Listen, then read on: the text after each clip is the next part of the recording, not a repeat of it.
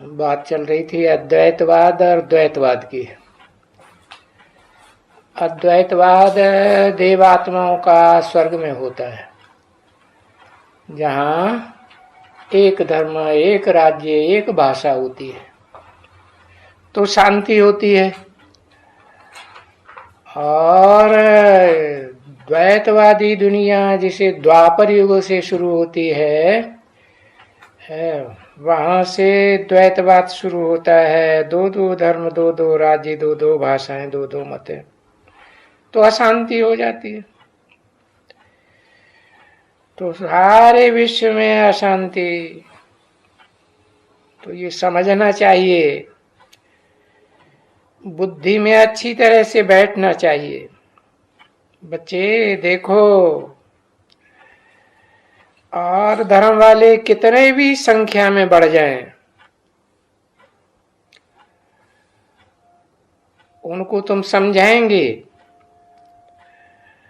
कि भाई जिसको शांति कहा जाता है, और वो शांति सारे विश्व में हो सकती है, वो तो सिर्फ जब एक होता है धर्म, एक राज्य होता है, एक भाषा होती है, एकता होती है। जिसको देखो हेवन, स्वर्ग, जन्नत वगैरह वगैरह सब कहते हैं, तभी शांति होती है। फिर दूसरे जो धर्म आते हैं तो फिर हंगामा हो जाता है, झगड़ा हो जाता है, लड़ाई झगड़े मारा मारी कितने ही बढ़ जाती है। तो देखो दुनिया में कितनी अशांति है। और तुम बच्चे जानते हो, कौन से बच्चे? जो देवी देवता सनातन धर्म के पक्के हैं,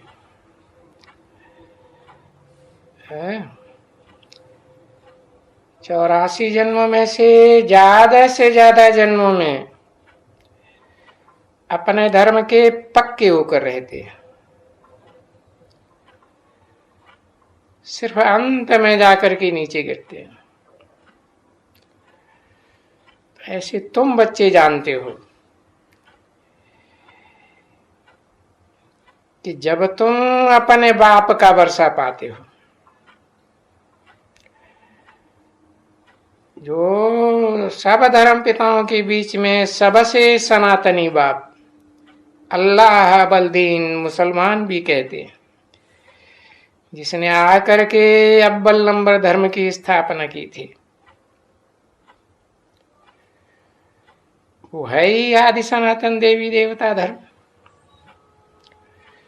उस बाप का वर्षा पाते हो।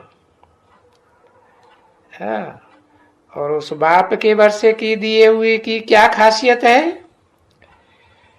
वो सारे विश्व का राज्य भाग लेते हो, और कोई भी धर्म पिता नहीं हुए दुनिया में, कोई भी धर्म ऐसा नहीं हुआ जिसके फॉलोअर्स ने सारे विश्व के ऊपर राज्य किया हो। तो तुम बच्चे जानते हो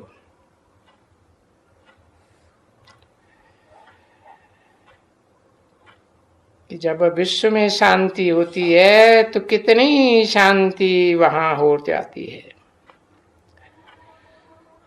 और ये बात भी समझ गए हो बच्चे कि हमारा घर तो शांति का रूप ही है, सदा शांत। वहां तो है ही शांत। हमारा स्वधर्म, हम आत्माओं का स्वधर्म, जिस घर में हम रहते हैं वो स्वधर्म ही शांत है। अब ये ऐसे तो नहीं कहेंगे कि शरीर का स्वधर्म शांत है।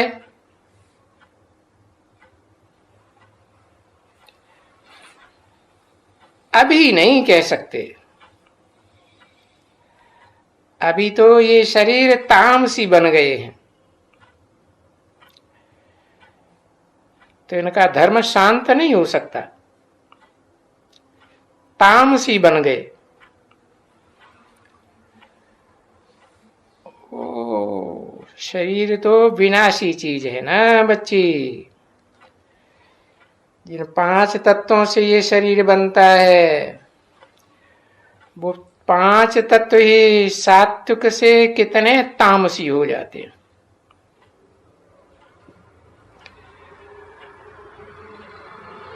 तो वो तो जो अविनाशी चीज है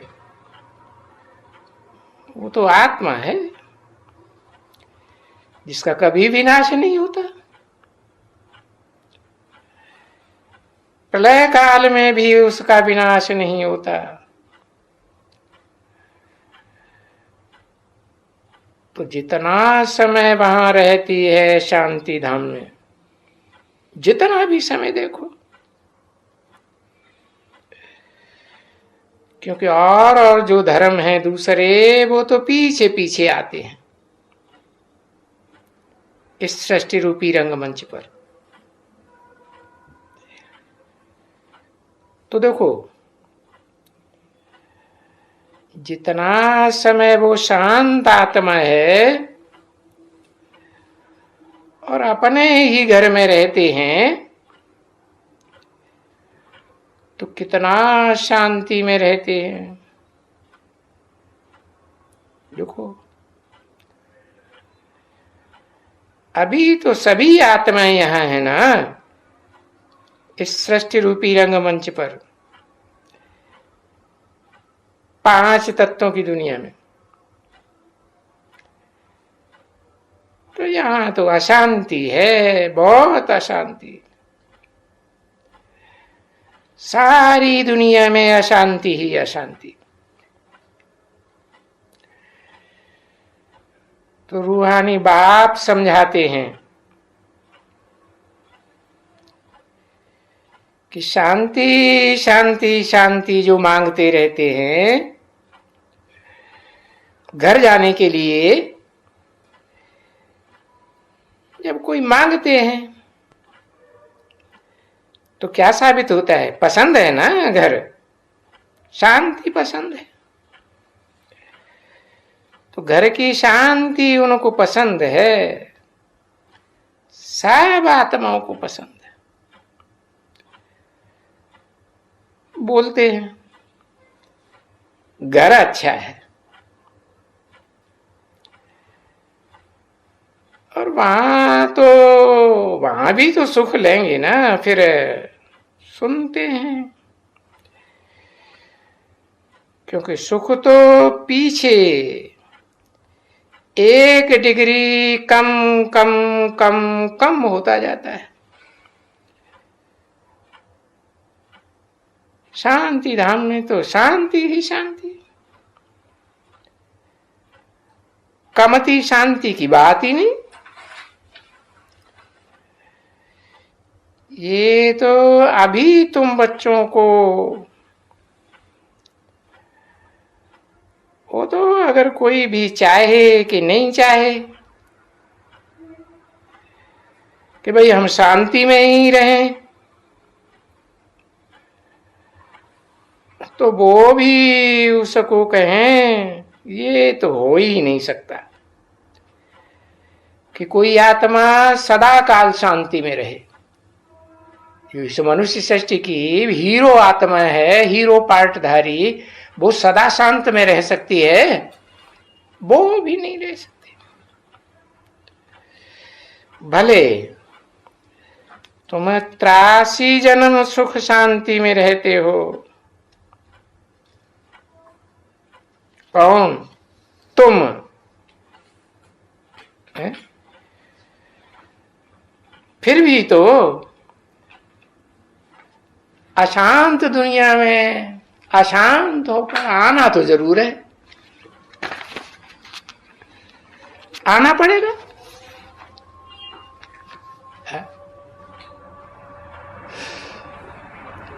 23 जुलाई 1968 की प्रातः क्लास का तीसरा पीरियड।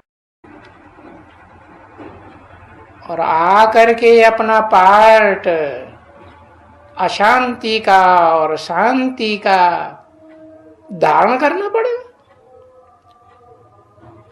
फिर बाद में चले जाएंगे।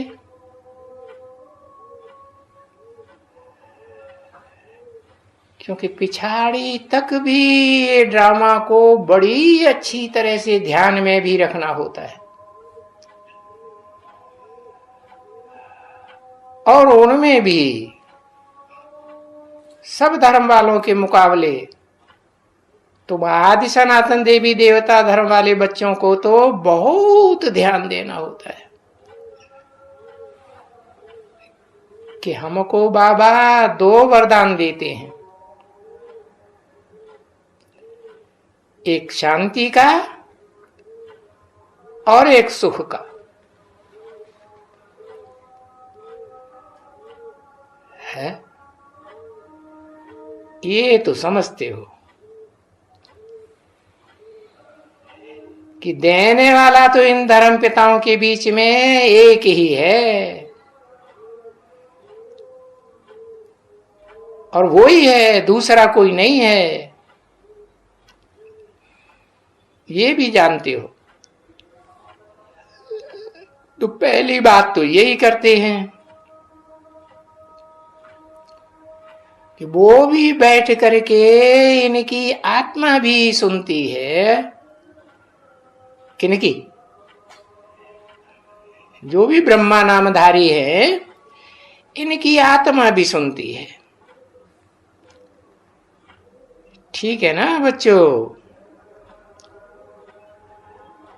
और अभी तो ये झटपट सुनती है। कौन? सबसे पहले कौन सुनती है? सबसे पहले इन दादा लेखराज ब्रह्मा की आत्मा सुनती है।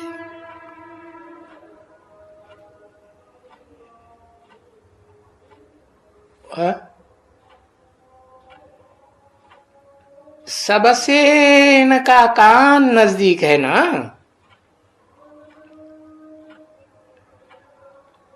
और मुख तो बिल्कुल नजदीक है कान के। ठीक है ना बच्चे? है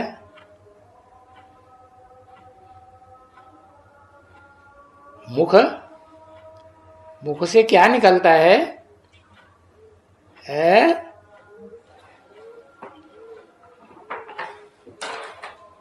मुख से वाचा निकलती है।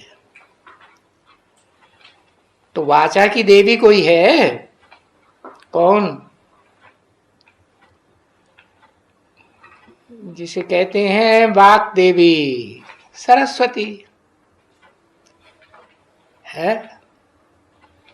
वाचा की देवी तो है।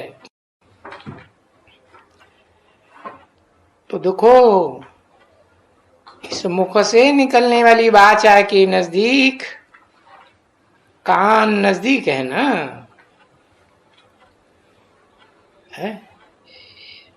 और तुम्हारे तो फिर भी देखो, तुम्हारे कान तो इनसे दूर हैं, और इनके कान तो बिल्कुल नजदीक है। किनके? जो भी ब्रह्मा नामधारी हैं, उनके कान तो बिल्कुल नजदीक हैं। कान भी नजदीक है तो मुख भी नजदीक है। तो ये तो फट से सुन लेते हैं, झट झटापट। क्योंकि ये सभी बातें ये समझ सकते हैं अच्छी तरह से। कौन समझ सकते हैं? ये है हो दाढ़ी मूछ वाले जल्दी समझ सकते हैं, ब्रह्मा। हाँ,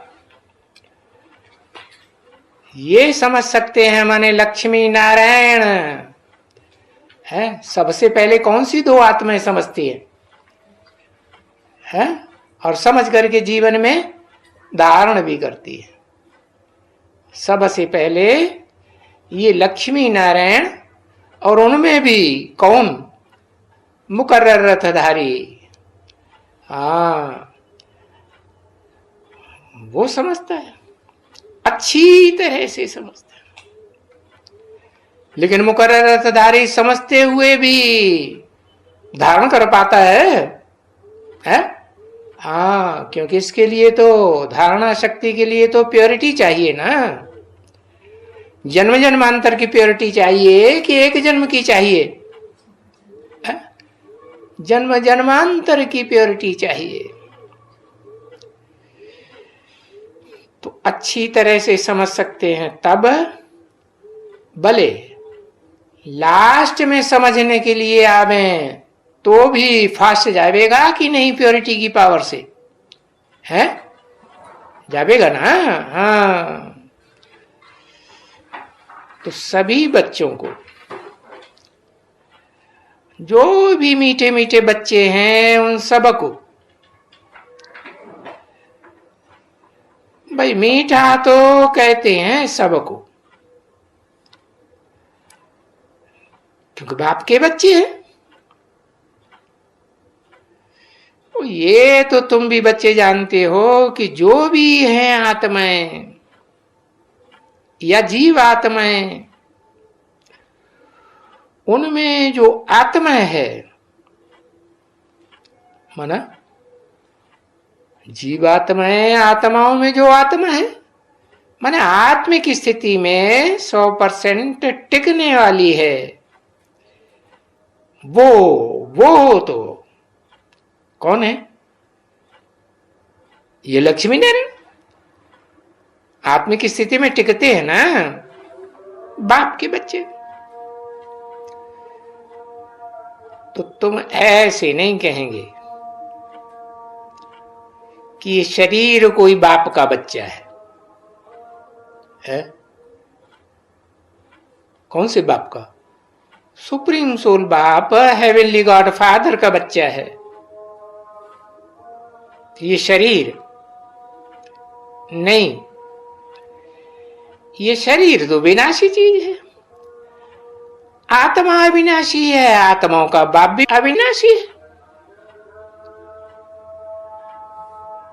तो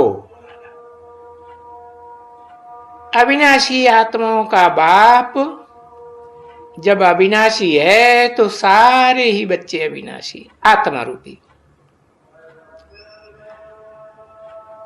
तो बाप बच्चों से बैठ करके बात आवरण करते हैं, इसलिए इनको रूहानी नॉलेज कहा जाता है।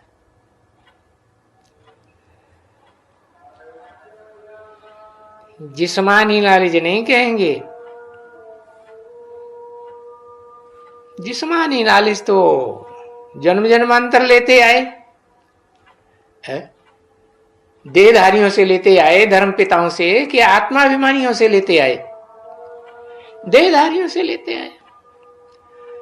तो उस नॉलेज से तो जो स्थूल पेट है उसकी पूर्ति होती है ना। ये तो रूहानी नॉलेज है। तो रूह की जो नॉलेज है, उस नॉलेज से कौन से पेट की पूर्ति होती है? बुद्ध रूपी पेट की पूर्ति होती है। तो अंग्रेजी में करके इस नॉलेज को स्पिरिचुअल नॉलेज कहते हैं, पर है तो रूहानी बात। सुप्रीम रूह। और समझाते किसको हैं? बच्चों को समझाते हैं। कौन से बच्चों को समझाते हैं? जो रूहानी स्टेज में टिकते हैं नंबरवार पुरुषार्थ अनुसार, वो ही समझते हैं।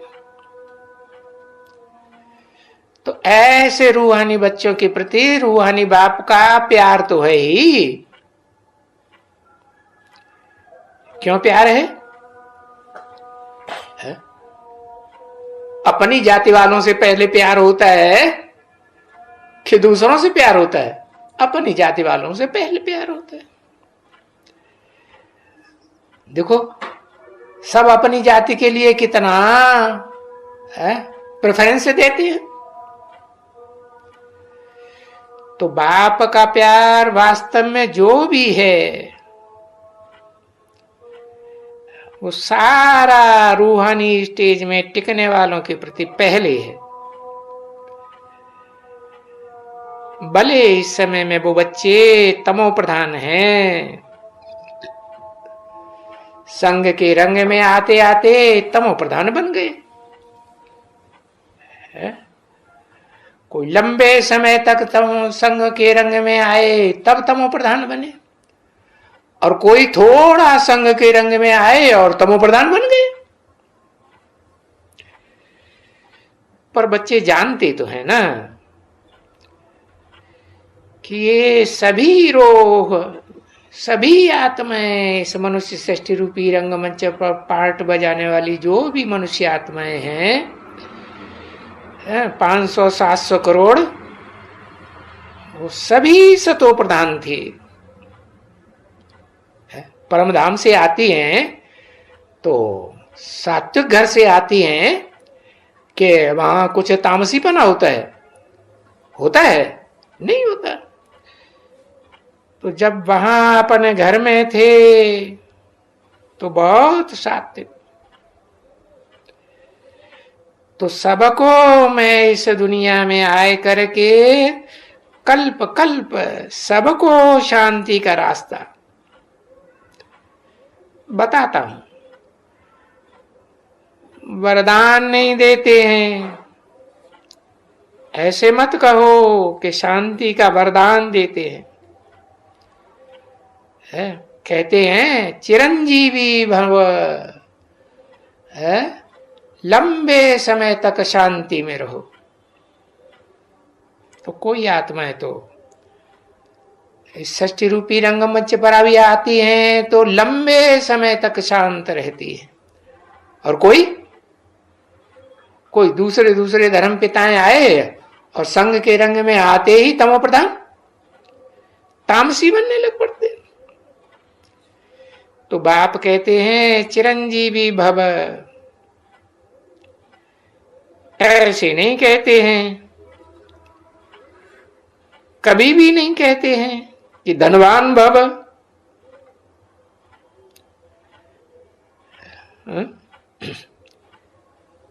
आयुष्मान भव, पुत्रवान भव, ऐसे नहीं कहते। ऐसे देहधारी धर्मगुरु कहते हैं कि बाप कहते हैं कि पुत्रवान भव है, लंबी आयु वाले भव कहते हैं? नहीं।